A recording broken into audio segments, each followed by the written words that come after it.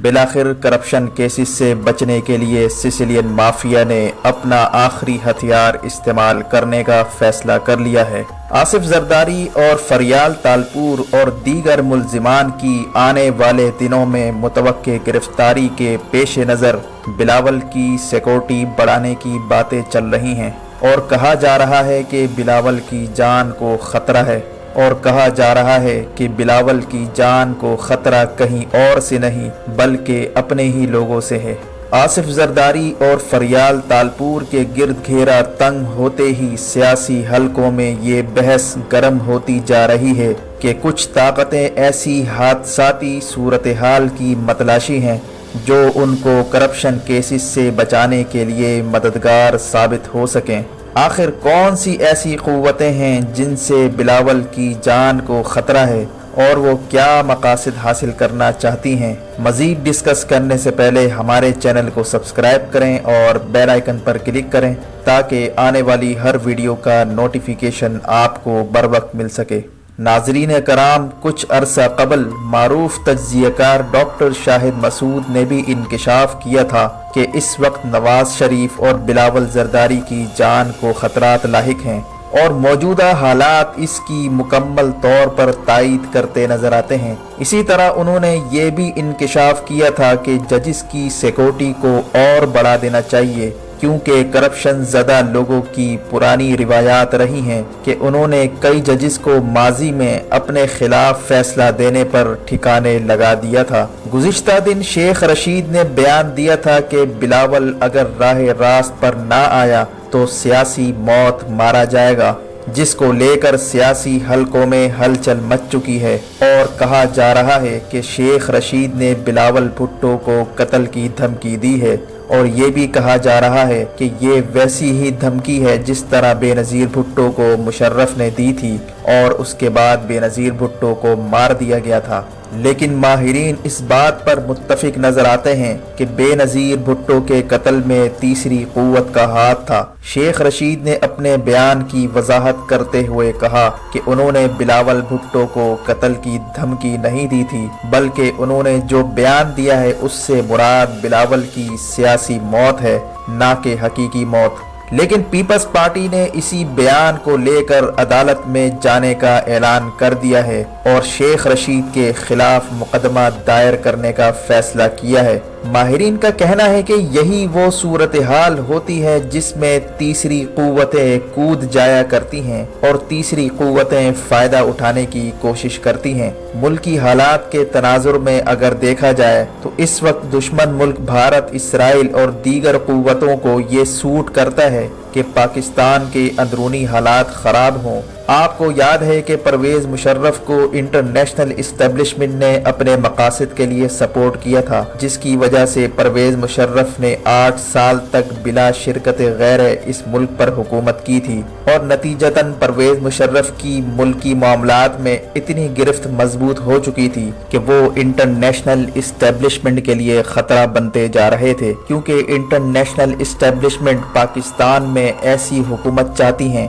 जो कमज़ोर हों और उनके ज़ेरे असर हों। यही वजह है कि परवेज़ मुशर्रफ को हटाने के लिए एक हद तक अदलिया बहाली तहरीक को भी इस्तेमाल करने की कोशिश की गई, लेकिन वो भी इतनी कारगर साबित न हुई जो परवेज़ मुशर्रफ को इक़्तिदार से हटाने के लिए मुआविन हो सके। इसके बाद डील के तहत बेनज़ीर भुट्टो मुल्क में वापस आती हैं और सियासी इंतखाबी मुहिम के दौरान रावलपिंडी में उनका कत्ल कर दिया जाता है और मुल्क में ऐसे हालात पैदा हुए जिसकी वजह से मुल्क की मईशत की ईंट से ईंट बजा दी गई और इतनी लूट मार मचाई गई कि एक ही दिन में अरबों का नुकसान कर डाला। बेनज़ीर भुट्टो के कत्ल के बाद फायदा किसको हुआ था ये भी पूरी दुनिया को मालूम है। बेनज़ीर भुट्टो के कत्ल के बाद आसिफ अली जरदारी पीपल्स पार्टी की क़यादत एक खुद साख्ता वसीयत के जरिए संभालते हैं और फिर बेनज़ीर के खून पर इलेक्शन लड़कर मनसब सदारत तक पहुंच जाते हैं। यही सूरत हाल आज भी पैदा हो रही है। एक तरफ PMLN की क़यादत के खिलाफ केसेस चल रहे हैं तो दूसरी तरफ आसिफ जरदारी और फरियाल तालपुर और दीगर लोगों पर करप्शन केसेस चल रहे हैं। ऐसी सूरत हाल में करप्शन ज़दा लोगों को करप्शन से बचने के लिए हादसाती मौक़े की तलाश रहती है। वो हादसाती मौका क्या हो सकता है, ये जानना किसी के लिए मुश्किल नहीं है। हालात का अगर तज्जिया किया जाए तो आपको मालूम होगा कि इस वक्त करप्शन ज़दा लोगों के स्टेक हाई हैं। एक तरफ उनको करप्शन केसेस से अपने आप को बचाना है और दूसरी तरफ उसके नतीजे में सियासी मौत नजर आ रही है। यही वजह है कि शेख रशीद के मुंह से निकले हुए जुमले को खामखा पीपल्स पार्टी के चंद लोगों की जानिब से बढ़ावा दिया जा रहा है। शेख रशीद ने सियासी मौत का जिक्र किया था, लेकिन आसिफ जरदारी एंड कंपनी के थ्रू ये मैसेज कन्वे कर दिया गया है कि इस इशू को उछाला जाए और ये तासुर दिया जाए कि बिलावल की जान को खतरा लाहिक है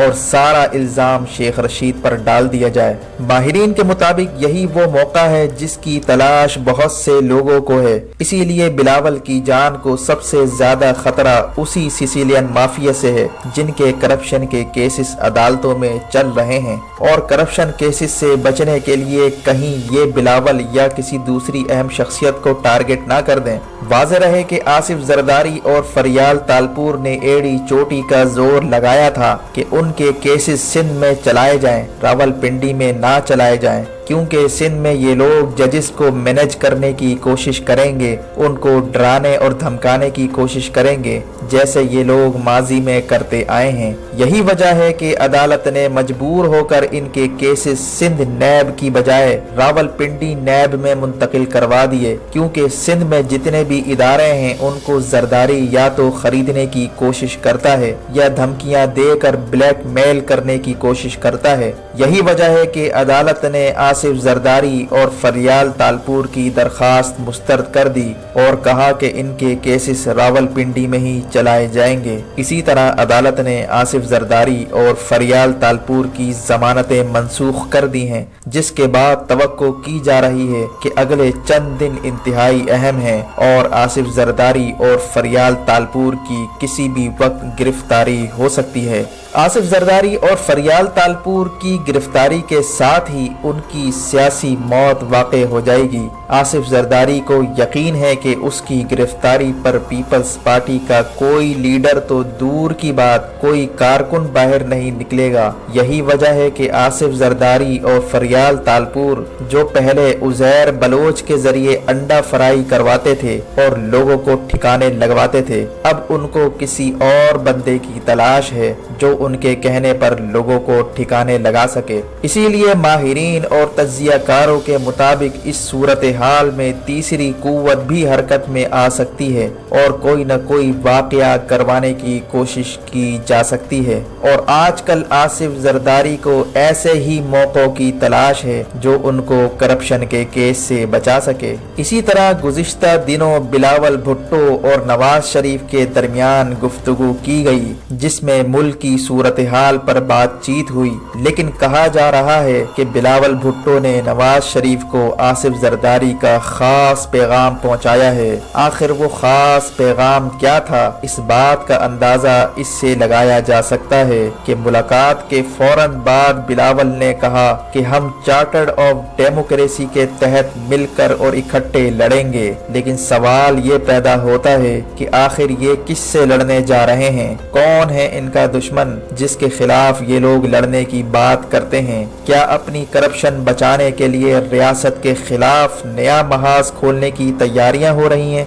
आसिफ जरदारी को ये नहीं भूलना चाहिए कि नवाज शरीफ इस वक्त भी जेल में हैं और जब वो जेल गए थे उस वक्त भी पाकिस्तान चल रहा था और आज भी उनके बगैर पाकिस्तान चल रहा है। ये जितनी भी कोशिश कर लें, रियासत कभी ब्लैकमेल नहीं होगी। डॉक्टर शाहिद मसूद ने कुछ अरसे कबल इस बात की तरफ इशारा किया था कि करप्ट अनासिर मुकदमात से बचने के लिए ब्लैक स्वान करवा सकते हैं। ब्लैक स्वान दरअसल रियासत के खिलाफ मुख्तलिफ शक्लों में बगावत की मंसूबाबंदी है, जिसकी प्लानिंग काफी पहले हो चुकी थी। दुश्मन चाहता है कि पाकिस्तान में मखदूश सियासी सूरत हाल और खास तौर पर ऐसे मौके पर जब पीपल्स पार्टी और नून लीग की सियासी क़यादत पर करप्शन के केसेस चलाए जा रहे हैं, ऐसे मौके से फायदा उठाते हुए हालात खराब करवाने की कोशिश की जा सकती है। यही वजह है कि माहिरीन इस बात पर तशवीश में मुब्तला हो चुके हैं कि ऐसे नाजुक मौके पर